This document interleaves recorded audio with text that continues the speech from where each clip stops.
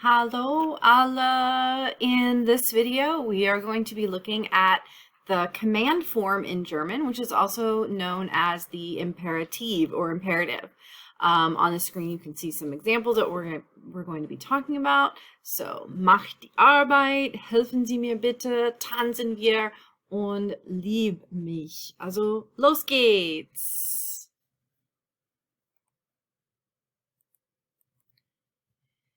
So some of our essential questions oder wichtige Fragen. How do you tell a person to do something, and when do you use the command form are two of the things we'll be exploring throughout this lesson. So the command form, let's look at some overarching ideas that we're going to explore in this lesson. I highly recommend taking notes on everything you see here, but especially the examples as we get into them.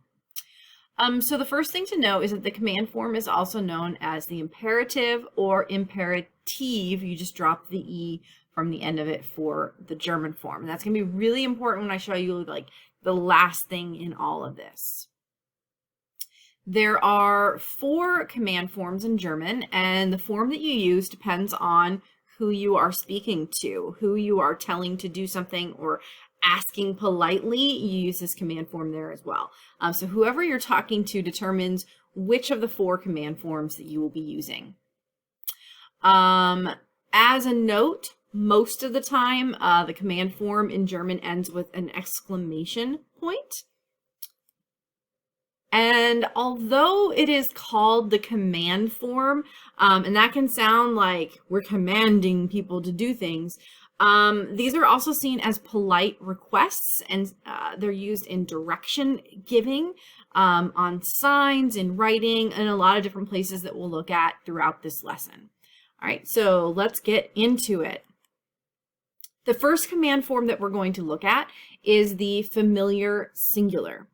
So we use the familiar singular in any situation if you are telling just one person that you know well to do something. And these would be situations where we would use the pronoun du. So you have to think about the different ways that you say you in German form 3 of our command forms, because there's 3 different ways to say you, and those are 3 of our command forms. And the first one that we're going to look at is du situation. So you're telling your friend to do something, you're telling your little brother to do something. These are places where you would use the du command. If we take the verb form, that ends in en, we remove that en from the infinitive, and it gives us our command form. Very simple, very straightforward here.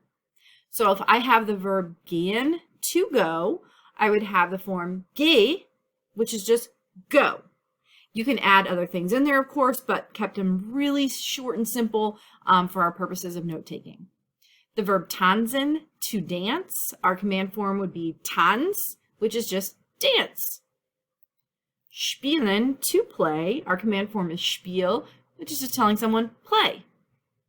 Again, you might feel something in there. Spiel Tennis mit mir, play tennis with me, to, make it longer and make it more informational than just play. We are going to be dealing with irregular forms when we have singular commands. Using do, we use the do form of the verb, dropping the st. So essen, the do form is ist, I-S-S-T, so the command form is is. Sehen, the irregular do form is siehst, we drop that st and we get sie. Sprechen, the irregular form is du sprichst, we drop that st and we would have sprich. So for our familiar singular, our do situations, we drop the en from the verb, or with irregulars, we drop the ending, and that gives us our command form. One of the things to be looking at in this lesson is if we have a statement and we want to turn it into a command. So let's look at how we would do that with the familiar singular. If I have the sentence, du machst dein Bett, you are making your bed, and I want to say instead, make your bed, mach dein Bett, make your bed. In German, again, you typically have an exclamation. In English, we would often just have a period there. Du deckst den Tisch, set the table. You are setting the table. And in the command form, deck den Tisch, set the table. As a third example, du spülst das Geschirr, you are washing the dishes, and instead we want to make that a command, spül das Geschirr, wash the dishes, or do the dishes. We often say do in English, instead of having that verb specific, wash the dishes. So I want you to pause your video for a second and see if you can change these 3 statements to command forms. All right, let's see how you did. So du tanzt in der Disco would be tanz in der Disco. Du liest das Buch, liest das Buch. Und du kaufst eine Karte, kauf eine Karte. So we would have dance in the dance club, read the book, buy a ticket.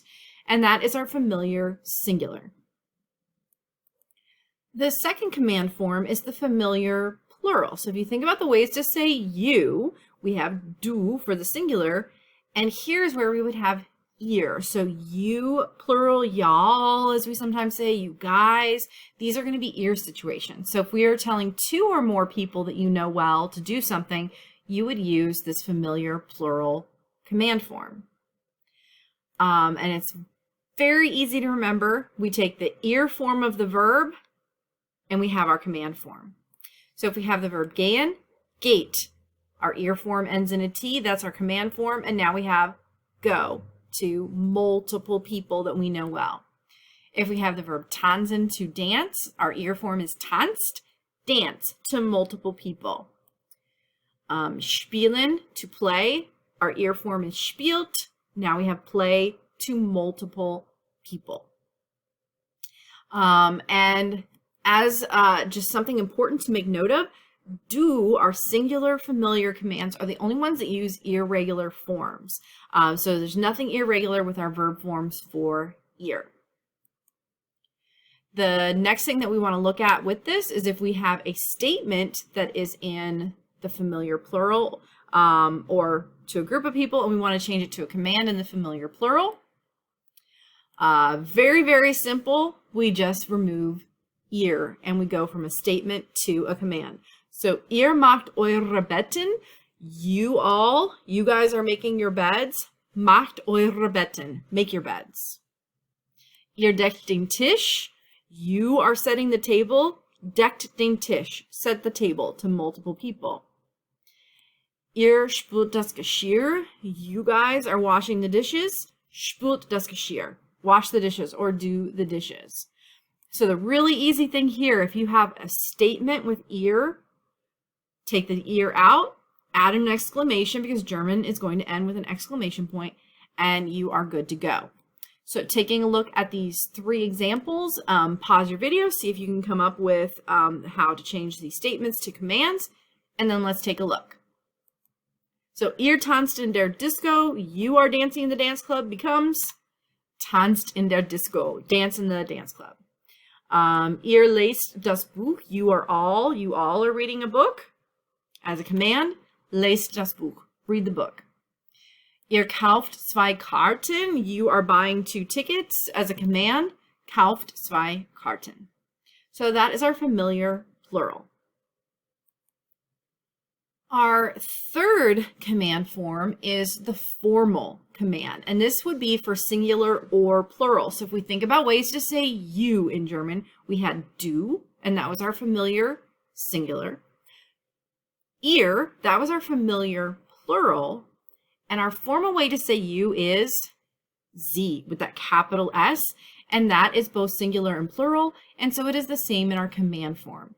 So the formal command is used when you're telling people you do not know well, and it could be one person or it could be multiple people, singular and plural, and you're telling them to do something. These are often polite requests versus commands because you don't know the person, but these would be any situation where you use sie. This is used in directions on assignments and tests and things like that, and also often on signs, like signage that you would see up around a city are going to have formal commands. For example, don't walk on the grass. Treten Sie nicht auf das Gras. Like, don't walk on the grass. Don't touch. Berühren Sie sich nicht, whatever, is going to be a formal command situation. When we create formal commands, we have the Z form of the verb, and we use Z in the command. So the first two, there was no subject in those sentences. We didn't have do in the sentence, we didn't have ear in the sentence, but with the formal commands, we're going to have Z in our command form. So if we want to tell someone to go formally, gehen Sie. If we want to tell somebody to dance formally, tanzen Sie. And if we want to tell somebody to play formally, spielen Sie. You'll notice it's very important your Z is capitalized because that's a formal Z, and it is a capital S at all times when it's the formal Z. So making sure in our command forms that we use a capital S there as well. So gehen Sie, tanzen Sie, spielen Sie. Most people, if it's in a speaking situation, are going to add bitte to their formal command to make it sound a little more polite and a little less bossy than the familiar commands. So for example, if you need help and you walk up to a police officer, you would use the formal, but you would want to be extra polite and say, helfen Sie mir bitte. If it's directions on a test or assignment, you won't add the bitte because you're not actually talking directly to someone, it's written. So just as a note, bitte is often added to formal commands to make them take the sting off the fact that you're telling someone to do something a little bit more by adding the bitte, the please in there. If we are changing formal statements to formal commands, this is what it's going to look like. So, Sie machen ihr Bett, you are making your bed. And instead we want to make that a formal, make your bed, machen Sie ihr Bett, bitte. So please make your bed. Sie decken den Tisch becomes decken Sie den Tisch, bitte. Set the table, please. Spülen Sie das Geschirr, bitte. Wash the dishes or do the dishes, please. And you'll notice we had the inverted, or I like to just call it the flip-flop word order, where we took our Sie and our verb and we flipped them around. So Sie spülen becomes spülen Sie. Sie decken becomes decken Sie. Sie machen becomes machen Sie to become a command form. So take a look at these three statements, pause your video, and see if you can come up with the formal commands for each of these three statements. So Sie tanzen in der Disco, you are dancing in the dance club. Tanzen Sie in der Disco bitte. Please dance in the dance club. Sie lesen das Buch, you are reading the book. Lesen Sie das Buch bitte. Please read the book. Sie kaufen zwei Karten. Kaufen Sie zwei Karten bitte. Please buy 2 tickets. And the fourth command form is the wir command, also sometimes just called the let's command. All right, so for this one, you are including yourself in a group of people where you're making a suggestion for something that you should go do as a group. So let's go, let's play, let's watch is what we're talking about here. For the wir command, we use the wir form of the verb, and as with the formal command, we use wir in our command as well. So if we have the verb gehen, to go, gehen wir, let's go. Tanzen, tanzen wir, let's dance. Spielen, spielen wir, let's play. These are very basic command forms if we are including ourselves in that suggestion with our friends, family members, whatever. And looking at changing some statements to commands in the wir form, if we have the sentence, wir machen das Bett, we are making the bed, machen wir das Bett, let's make the bed.